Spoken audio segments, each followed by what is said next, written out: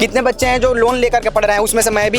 MBBS वालों के लिए नेक्स्ट एग्जाम 2024 से लगा दी है और हमारे लिए 2021 से लगा दी है। होगी सुनवाई तो क्या करेंगे, लास्ट में यही होगा कि हम लोग डिग्री छोड़ देंगे। एमबीबीएस वाले में नीट के एग्जाम थ्रू एडमिशन लेते हैं और आयुष वाले भी नीट के थ्रू एडमिशन लेते हैं। जब सबका एंट्री सेम है तो एग्जिट अलग अलग क्यों? एग्जाम में हमें वीडियो बेस्ड क्वेश्चन आएंगे जिसको हम लोग को करना होगा, वहाँ पे जाकर के नेगेटिव मार्किंग रखी गई है। हम लोग को उस तरह का उस स्तर की पढ़ाई मिल नहीं रही है। आयुष छात्रों को मॉडर्न मेडिसिन पढ़ाई जाती थी।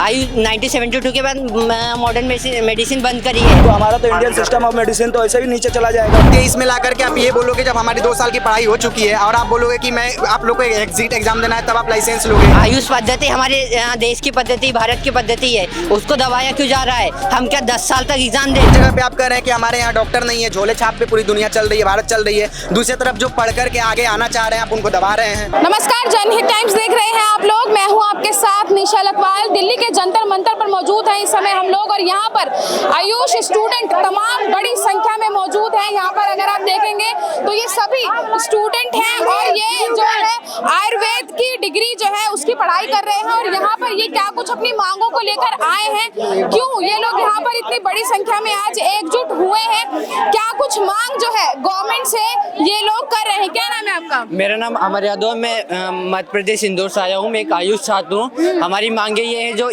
नेक्स्ट एग्जाम में 21 बेस से लगाई है वो 2024 से लगाएं, क्योंकि 2024 से एमबीबीएस वालों के लिए लिया है। 2024 से क्यों मांग? जिस हिसाब से नरेंद्र मोदी जी ने 2022 में ट्वीट करा था कि आयुष और एमबीबीएस बराबर है, पर आयुष मंत्रालय नरेंद्र मोदी जी की बात को नहीं मान के एमबीबीएस वालों के लिए नेक्स्ट एग्जाम 2024 से लगा दी है और हमारे लिए 2021 से लगा दी है। आयुष और एमबीबीएस एक कैसे हो सकता है? दोनों की डिग्री अलग होती है, दोनों के काम अलग होते हैं। नरेंद्र मोदी जी से पूछिए, मोदी जी ने आयुष को बढ़ावा देने के लिए बढ़ावा दिया था। 1972 के पहले आयुष छात्रों को मॉडर्न मेडिसिन पढ़ाई जाती थी। आयुष 1972 के बाद मॉडर्न मेडिसिन बंद करी है। 2024 में जब कोरोना आया था, आप सभी को पता होगा आयुष ने कितनी मेहनत करी थी। आयुष का कार्ड नरेंद्र मोदी ने आगे करा था कि तब दिया था उनने कि बराबरी का हक है। हमारी आयुष पद्धति हमारे देश की पद्धति, भारत की पद्धति है, उसको दबाया क्यों जा रहा है? हम क्या 10 साल तक एग्जाम दे? बच्चे 1-2 साल नीट की प्रिपरेशन करते हैं, उसके बाद 5 साल के हम कॉलेज की करते हैं, उसके बाद 2-3 साल अगर उसमें देंगे तो हम कितने साल में 10 साल में डिग्री कंप्लीट करेंगे? क्या क्या किस लिए आप लोग यहाँ पे प्रोटेस्ट कर रहे हैं? क्या चाह रहे हैं आप लोग? मेन चीज क्या है? हम लोग ये चाह रहे हैं कि जैसे एमबीबीएस वाले में नीट के एग्जाम थ्रू एडमिशन लेते हैं और आयुष वाले भी नीट के थ्रू एडमिशन लेते हैं। जब सबका एंट्री सेम है तो एग्जिट अलग अलग क्यों? उन लोगों का एग्जिट 2024 से हो रहा है तो हमारा 2021 में। आयुर्वेद और एलोपैथ में भी तो अंतर है ना? दोनों अंतर है, लेकिन नरेंद्र मोदी जी ने 2022 में ट्वीट करके कहा था 2022 में ट्वीट करके कहा था कि जो आयुष और ये एमबीबीएस वाले हैं उनमें कोई डिफरेंस नहीं है, वो दोनों सेम है, दोनों डॉक्टर हैं। जाहिर सी बात है दोनों की कोर्स भी सेम। जिस समय ये बात बोली गई थी तब आप लोगों ने इंटरप्शन क्यों नहीं किया? हम लोगों ने किया था, लेकिन उन लोगों ने क्या किया, जो पुराने बैच थे, जो ओल्ड बैच थे, उन लोगों को अब ये रियायत मिल गई है, लेकिन हम लोग को 21 बैच से फिर लगा दिया गया। लेकिन मिनिस्ट्री का कई बात कुछ बोलते कभी कुछ बोलते हैं, लेकिन उन लोग को कुछ पता नहीं। अच्छा, बैचेस का भी हिसाब रखा गया है कि जो पहले के बैच के बच्चे हैं उनको उसमें रियायत दी गई है और अब 21 के बाद के जो है उनको नहीं दी गई। जी मैम, ऐसा क्यों? ये तो आप आयुष मिनिस्टर से ही पूछो ना। क्योंकि जो एग्जिट एग्जाम रखाया था उन्होंने ये कहा था जितने भी आप प्रेजेंट टाइम में हैं, चाहे वो किसी भी बैच का हो, वो सबको एग्जिट एग्जाम देंगे। लेकिन हमारे सीनियर और हम सब आए थे, इससे ही पहले आ चुके हैं यहाँ, तो उन्होंने क्या करा, उन सीनियर लोगों से तो हटा दिया, लेकिन 21 बैच से लगा दिया। तो एग्जिट एग्जाम है एमबीबीएस में भी, फार्मेसी में भी, लेकिन न्यू बैच से है। जब सब में न्यू बैच से लगाया जा रहा है तो आपने 21 बैच से क्यों लगाया? आप भी न्यू बैच से लगाए ना।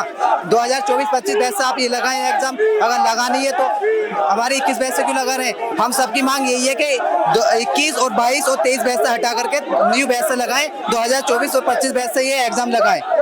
अच्छा, अभी आप ये जो यहाँ प्रोटेस्ट कर रहे हो, इतना हाव हल्ला कर रहे हो, इस हाव हल्ला का कुछ असर होगा या नहीं होगा? अभी वो पता चलेगा। मंत्रालय में यहाँ पे जो बैठे हुए थे शांति सुबह से खिलाफ नहीं है, एग्जिट के खिलाफ हम लोग नहीं है। एग्जिट हम लोग देंगे, ठीक है, लेकिन जब आप कोई गैजेट लाते हो या तो उस डेट के बाद आप लगाओगे या तो पूरे सबके लिए लगाओगे। आपने जब हमने 21 में एडमिशन लिया उस टाइम में कोई भी किसी प्रकार की कोई ऐसा नहीं था नोटिफिकेशन कि आप लोग एग्जिट एग्जाम दोगे। गैजेट आया था पहले कि 3 साल में लागू किया जाएगा, लेकिन ऐसा कुछ हुआ नहीं, किया नहीं गया। और आप एक 23 में ला करके आप ये बोलोगे जब हमारी 2 साल की पढ़ाई हो चुकी है और आप बोलोगे कि मैं आप लोग को एग्जिट एग्जाम देना है तब आप लाइसेंस लोगे, हम लोग कैसे करेंगे ये? तो हमें तो एग्जिट एग्जाम देने में कोई प्रॉब्लम नहीं है। सबसे पहले ग्राउंड लेवल पे आयुष मिनिस्ट्री को ये काम करना चाहिए कि आप फैकल्टी प्रोवाइड करो, अच्छी फैकल्टी प्रोवाइडेड हो, फैकल्टी उतनी हो कि वो पढ़ा सके, हमने क्लिनिकल नॉलेज दे, वीडियो बेस, हमें एग्जाम में हमें वीडियो बेस क्वेश्चन आएंगे जिसको हम लोग को करना होगा, वहाँ पे जाकर के नेगेटिव मार्किंग रखी गई है। हम लोग को उस तरह का उस स्तर की पढ़ाई मिल नहीं रही है, हम लोग कैसे एग्जाम देंगे? क्या कमियां हैं आपकी पढ़ाई में? हमें पढ़ाई में हमारी फैकल्टी नहीं है। आप हमारे किसी भी कॉलेज में आप चले जाओ, कहीं पे भी ऑन पेपर कुछ और फैकल्टी पढ़े हुए हैं, पढ़ा कुछ और फैकल्टी रह रहे हैं। आप जा करके दे रहे हो, वहाँ पे परमिशन आप प्रोवाइड कर रहे हो, कॉलेज को परमिशन दे दिया, लेकिन वो क्या रहा है वहाँ पे, क्या नहीं हो रहा है, आप सबको पता है। तो हमें एग्जिट एग्जाम देने में कोई प्रॉब्लम नहीं, हम एग्जिट एग्जाम देंगे, लेकिन आप जब 23 में लगा रहे हो तो 23 के बाद आप उसको इम्प्लीमेंट करो ना, 23 के पहले के बच्चे को क्यों? दूसरी चीज, एक चीज ये हो गई, दूसरी चीज आप पहले टाइम में कुछ और पढ़ाई की गई है, अब कुछ और जो है वो हाँ हो रही है। अब तो ये ना यहाँ के रहोगे ना वहाँ के रहेंगे, हम जाएंगे कहाँ? और सबसे बड़ी बात, अगर आप लगा रहे हो एग्जिट एग्जाम अगर आप लगा रहे हो, पहले आपने एग्जिट एग्जाम लगा दिया, ठीक है, चलिए हमने मान लिया, आपने बोला कि जो भी पास आउट हुआ है नहीं हुआ है, एक पार्टिकुलर डेट दिया गया था सितंबर में कि इस डेट के बाद आप जो भी इंटर्न में जा रहे हैं उन सबको देना है। तो फिर आप ऐसे पार्शियलिटी क्यों कर रहे हो कि 20 बैच तक को आप हटा दिए और 20 बैच के बाद वाले बच्चों को देंगे? तो 20 बैच वाले बाद वाले क्या कहीं और से आ रहे हैं? आप ही के बच्चे हैं ना, आप ही के मतलब आयुष को ही अंतर्गत आ रहे हैं, आयुष ही वो भी पढ़ रहे हैं, जो सिलेबस आप दे रहे हैं पढ़ रहे हैं। तो फिर आप जब हटा रहे हो तो 23 तक हटाओ ना, 23 के बाद आप लाओ, नए सत्र से लाओ आप। उसके पहले कितनी संख्या है आप लोगों की? आप लोगों की अभी लगभग देख रहे हैं 10,000 के करीब हमारे बच्चे यहाँ पे आए थे आयुष, पूरे देश से 10,000 के लगभग। 10,000 लेकिन लग नहीं रहे हैं। अभी तो जा रहे हैं ना, अभी टाइम हो गई है ना, अभी आप आई हैं तो अभी जब जैसे आप आए हैं तो अभी जैसे 1 बजे तक का हम लोग का टाइम है, तो अब बच्चे निकल रहे हैं। 1 बजे तक का हम लोग कोई भी उल्लंघन नहीं किए हैं, जो हमें बोला गया था हमें शांतिपूर्ण प्रोटेस्ट करना है, हम लोगों ने शांतिपूर्ण किया है। अब टाइम हो गया तब तो बच्चे जाएंगे। अच्छा, तमाम डिमांड्स जो हैं आपकी वो आप बता चुके हैं, लेकिन गवर्नमेंट का जो फैसला है वो तो सुना देती है, उसके बाद आप लोगों की सुनवाई तो होती नहीं है। क्या करेंगे अगर नहीं हुई सुनवाई? अब नहीं होगी सुनवाई तो क्या करेंगे? लास्ट में यही होगा कि हम लोग डिग्री छोड़ देंगे। क्या करेंगे इसे पढ़ाई को लेकर के? इससे तो आप ही का नुकसान तो हमारा, वो तो नुकसान तो गवर्नमेंट की भी होगी ना। एक जगह पे आप कह रहे हैं कि हमारे यहाँ डॉक्टर नहीं है, झोले छाप पे पूरी दुनिया चल रही है, भारत चल रही है, दूसरी तरफ जो पढ़ करके आगे आना चाह रहे हैं आप उनको दबा रहे हैं, तो कैसे हम लोग करेंगे? झोला छाप की इन्होंने बात की है, हम भी, हमारा चैनल भी जो है झोला छाप डॉक्टरों पे काफी एक्शन ले रहा है, और ज्यादातर उनमें डिग्री धारक जो होते हैं वो BA MS BU MS BE MS के ही होते हैं, ठीक है, ये सब आयुर्वेद की डिग्री धारक होते हैं, लेकिन वो काम करते हैं उसी सब डॉक्टर का जो एक एलोपैथी डॉक्टर के पास होता है, सिरिंज वगैरह का यूज करते हैं। हम पढ़ भी तो रहे हैं, फार्माकोलॉजी पढ़ रहे हैं, पैथोलॉजी पढ़ रहे हैं, आप पढ़ रहे हैं ना, लेकिन जिनके पास डिग्री नहीं है वो ये सब काम कर रहे हैं। उनके खिलाफ गवर्नमेंट को एक्शन लेनी चाहिए ना। जो एक सिस्टमैटिक तरीके से आगे आ रहा है उस पे आप क्यों फिर दबाने का कोशिश कर रहे हैं? जो बच्चे पढ़ करके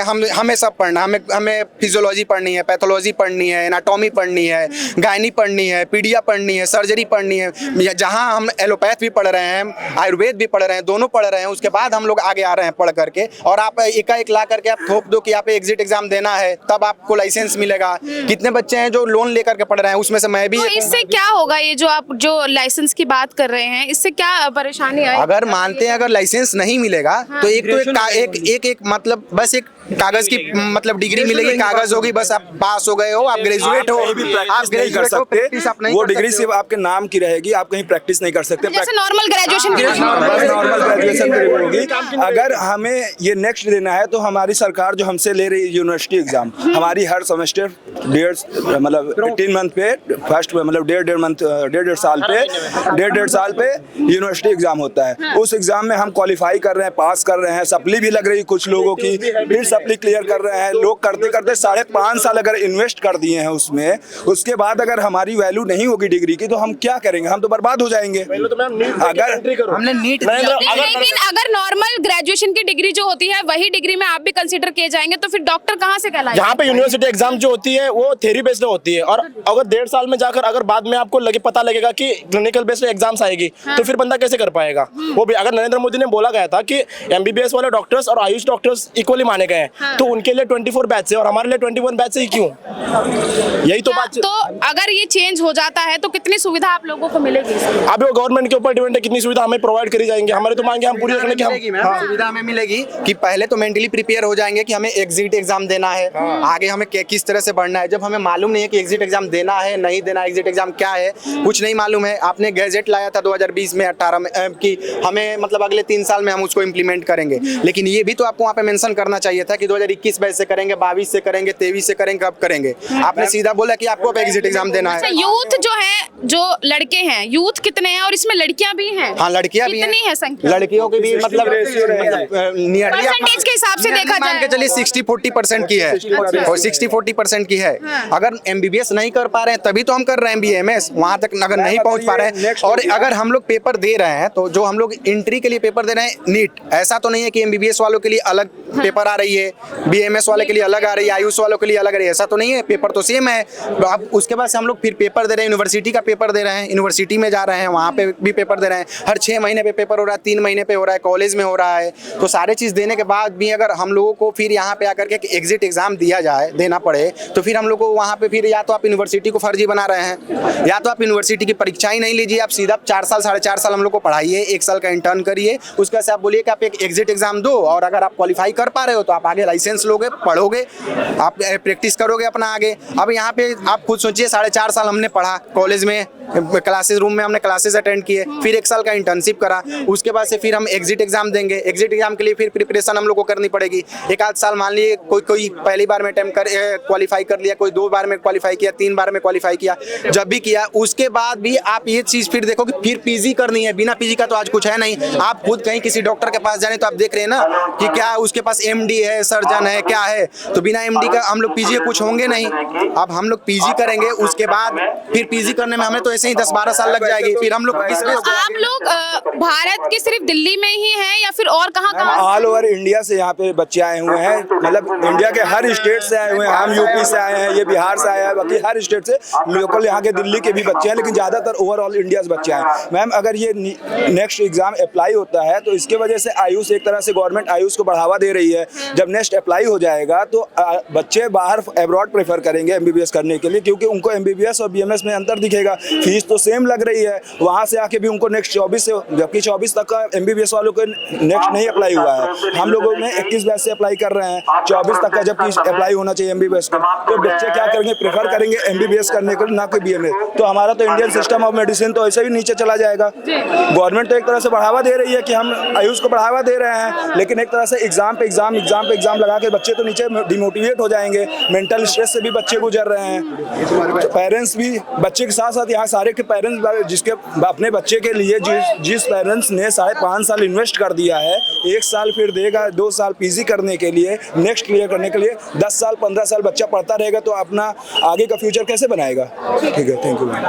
अब ये देखिए कि लगभग हर विभाग का छात्र जो है वो अपने हक के लिए सड़कों पर उतर रहा है। अब जिन्हें योद्धा कहा जाता था, जिन्हें भगवान का दूसरा रूप कहा जाता था, वो डॉक्टर भी अब सड़कों पर आ गया है। और ये सीधे तौर पर जो है वो भारत सरकार पर, नरेंद्र मोदी के लिए गए एक्शन से जो है वो नाराज हैं और अब साफ तौर पर कह रहे हैं कि जब तक हमारी मांगों को नहीं माना जाता है तब तक जो है वो हम यहाँ डटे रहेंगे। और इन्होंने साफ तौर पर अंतर भी जो है वो बता दिया है कि किस बैच में क्या गड़बड़ी हो रही है और किस बैच से चीज़ें जो हैं उसमें सुधार होना चाहिए। अब आप क्या सोचते हैं, क्योंकि तमाम मांगे इन्होंने हमें बता दी हैं और क्या क्या नुकसानों से इनको झेलना पड़ रहा है ये भी ये जो है वो हमें बता चुके हैं। लेकिन हल क्या निकल कर सामने आता है, गवर्नमेंट इस पर कितनी जल्दी एक्शन लेती है, ये देखने का विषय रहेगा। कैमरा पर्सन सौरभ के साथ मनीषा लखवाल, जनहित टाइम्स, दिल्ली।